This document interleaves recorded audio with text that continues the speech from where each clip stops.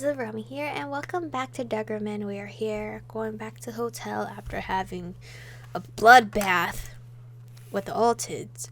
Once we're back, Cass begins collecting their things, both his and Vincent's. We'll be in a nearby room. Can Rodian stay with me? No, it's for your own safety. Agree. I nod. They all leave and I lay down in a cold bed that's too big for one person alone. Restlessly, I drift into nightmares. I dream that Rodian hadn't created the dome, and that Vincent had made mincemeat of us with his last mighty blow. The morning greets me with a raging migraine. Ugh, I feel like I've been run over by a truck. Everything hurts. When I lift up the blanket, I realize I had fallen asleep in my regular clothes. I must have been pretty tired. They're tattered and stained with blood. Fortunately, I don't see any gaping wounds, just several small but deep scratches. Not nearly as deep as they should be, though. I've always been a quick healer, but always within normal human limits. This regeneration is something else entirely. Well, there's no time to worry about it now. My phone beeps. There's a message from Vincent. Grab your things, we're leaving at 5. I immediately began to gather my stuff, then wait out in the hallway for Vincent, Cass, and Rodian. Their pale, haggard appearances tell me they've been up all night, but I'm relieved Rodian is alive and well. Although perhaps it's too early to celebrate, both Vincent and Cass will ignore me. Rodian, on the other hand, greets me with a joyful yet weary smile on his face. What ending did I choose? What route did I end up picking? Because there's no title for this route that I chose. I just chose it because it had a lot of choices and that it was even numbered. Good morning, Michiko.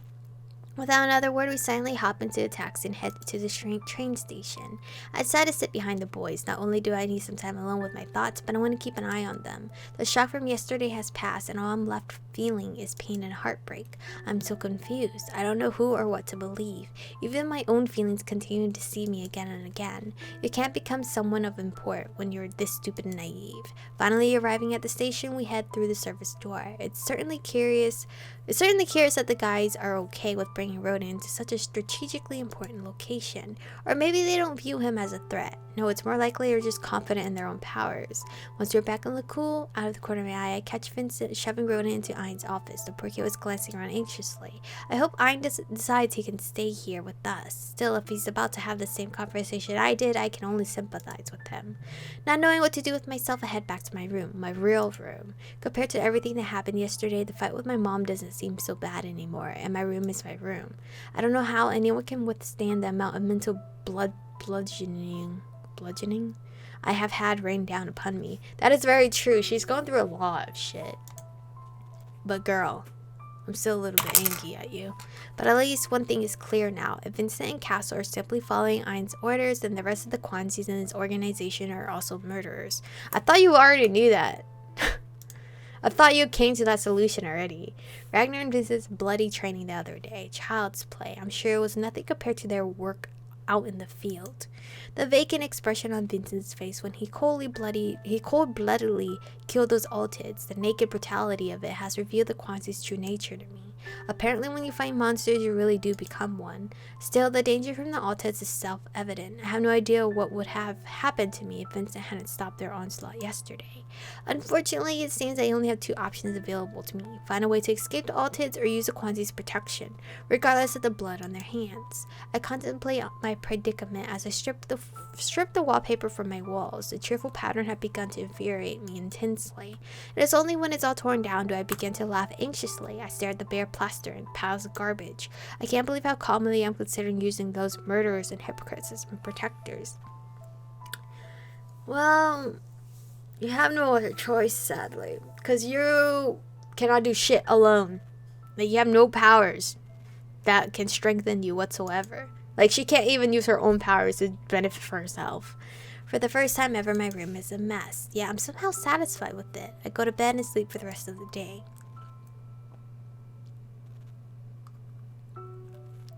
I wake up feeling refreshed and determined to at least try to master my Quanzi abilities. Could everyone have been lying to me? What if I'm not useless on my own? Having me believe as much would be very advantageous for them. I need to learn more about what I can do as a Quanzi. I need to truly be independent. I don't want to rely on others anymore. After cleaning myself up, I head to the party room to find Ragnar in the adjoining kitchen. Oh, hi there, lady. He's acting like we're best friends or something, like he didn't try to seduce me and make fun of me during our training. Hey. I hesitate, unsure if I should engage in a bit of small talk or get straight to the point. Feel free to speak candidly if you deem it necessary. Ragnar's broad smile can no longer fool me, but since he has made himself available, there's no point in beating around the bush. I want to know more about the Kwanzi abilities. Yours are very interesting. Oh, wonderful, and just when I have some free time on my hands. Ragnar stands up and stretches. Shall we go? Go where? Ragnar mentions it so quickly that I'm taken aback. To the meter room for training, of course. Remembering what happened the last time, I start backing away from him. Don't worry, lady, we'll have a quiet chat. I can show you my skills in action. I can even ride a horse if you'd like. Just no fighting, okay? Who is he gonna fight? You? Because you don't have anything. Ragnar raises his hand in agreement. And the horses aren't necessary. Whatever you say, we'll do whatever you want. He holds his paw out to me. We don't, politely decline, right? Yeah. I can't allow my personal boundaries to be blurred, but I need to sound friendly. I'm kind of shy about being touched. Ragnar shrugs while looking not at all annoyed. As you wish. My head through look cool, but Ragnar stops before opening a door. This training area was created specifically for me. Oh my god, it's so fucking pretty here! Oh my god, Ragnar, are you the guy I actually have to fall in love with? Cause I love this place. Walking through the door, I'm greeted by a pleasant sight, the edge of a brightly lit forest completely strewn with flowers. Ragnar asks me to sit, and I do. He doesn't say anything. We just stare off into the distance over a beautiful field of gold. Can I just stay here forever? A light, warm breeze ruffles through my hair as I listen to the cozy humming of insects that fills the air.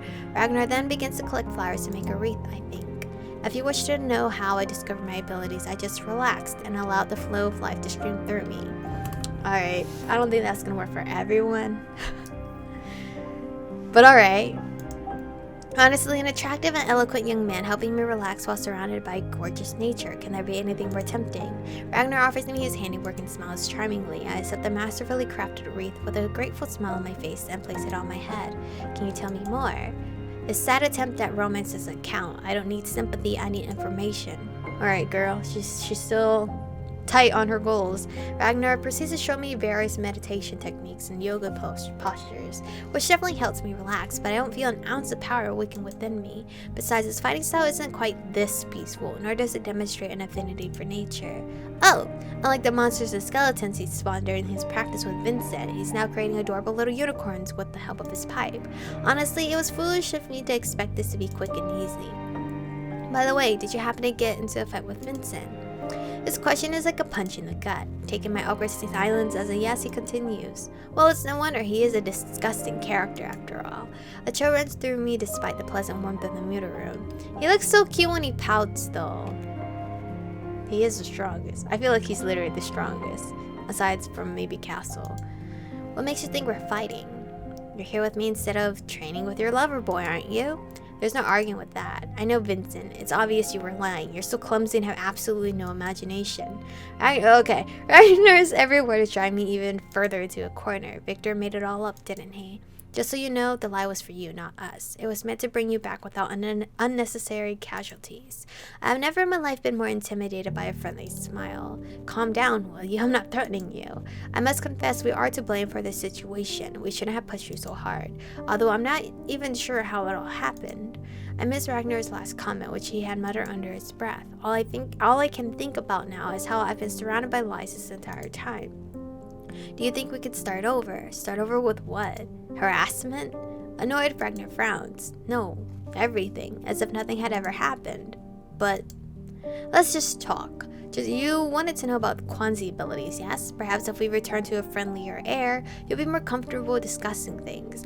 Which I don't understand why I didn't start off with that. Just give my girl all the information she needs so then she can process everything and have her own thoughts on it.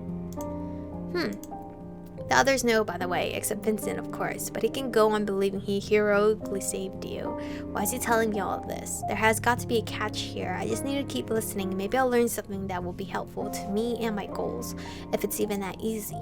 And what do you get out of this? Nothing, I'm just apologizing. Oh, really? And maybe there is a small chance you might take a fancy to someone. I promise everything will be within the bounds of property, as it is now. Let me think about it. Our difficult conversation ends and I give myself some time to think about things before I decide how to move forward. Considering the guys know that my relationship with Vincent is fictitious, it seems I'm pretty much free game now. Ragnar walks me back to the party room. Alright, where the fuck's Mark? Where's Mark? If I'm free game, where's Mark? This is embarrassing, but may I ask a favor of you? He's embarrassed. That's doubtful. Very doubtful. Because you look after Sleeping Beauty in your spare time. Oh, bet. I'd love Basti. Sure, I will. Ragnar points to Basti, who's unmistakably lying amid a bunch of pillows, blankets, and toys. Basti is a peculiar one. He's always forgetting about himself, to his own detriment, even. And we're not always around to keep an eye on him. What do you mean, look after? Remind him to eat. Wake him if he's dozing in the bathroom. What? Well, you don't have to do the second thing. We have to... Well, yeah, the refuse. Because again, we're in Vincent's route. We gotta stay on Vincent. Refuse. Fuck. I don't have time or the desire to take on another responsibility. I'm sorry, but I have to decline. Whatever you say. It was nice spending the day with you until we meet again. And we say goodbye. As much as I would want to say yes, the option says no. A week has passed. I had decided to take Ragnar up on his offer to continue interacting with the other Kwanzis. Since then, I have attended 2 more of Ragnar's training sessions, and both were just as successful as the first. I'm now able to meditate really well, and I'm learning yoga just as easily, but I'm not an inch closer to my desired result. Last session, Ragnar ended up falling asleep while meditating, which only reinforced my suspicion that he isn't showing me how he really trains. But no matter how useless my sessions with him are, my walks with Ryu are even more fruitless. When I told him that I wanted to understand Kwanzi fields better, he got all excited and took me to the party room where we watched superhero anime for hours. He argued there was no better way to get stronger. On our second meeting, he proclaimed that to be a hero, one needed to behave like one, and then arranged a mighty feast. It seems in his strange worldview, a hero requires to eat as if there were no tomorrow. When we crossed paths for a third time, Ryu took me to an arcade where we competed against each other on a dance machine. He seems like the perfect, like gamer boyfriend. But, homie, that's not training for my girl. In the time we spent together, I've learned what abilities Devil Fruit bestows and what Sharingan is. I've also drastically improved my dexterity, and I'm now able to successfully avoid his random huggings and attempts to shove food in my mouth. Although I'm starting to suspect that these training sessions are actually me being dragged out on dates. I was also lucky enough to stumble across Ein, who was searching for something in the refrigerator one day. I was so emboldened by my recent encounters with the other guys that I had asked him about his own training methods. He told me that training is for weaklings. And for about an hour after, tried explaining that there's only one muscle in the body that needs pumping up, the brain. Alright, obviously, we're asking all the wrong guys. The time with him ended up with a terrible headache. Clearly, my brain isn't very muscular. All week, I've been trying to get Basti to talk to me as well. Smiling sweetly, he would fall asleep right in front of me. As for Mark and Victor, I haven't seen either. Why do I never get to see Mark? Explain why'd you put him in the game. I haven't seen either of them. Apparently they're much needed elsewhere. Where are you at, Mark?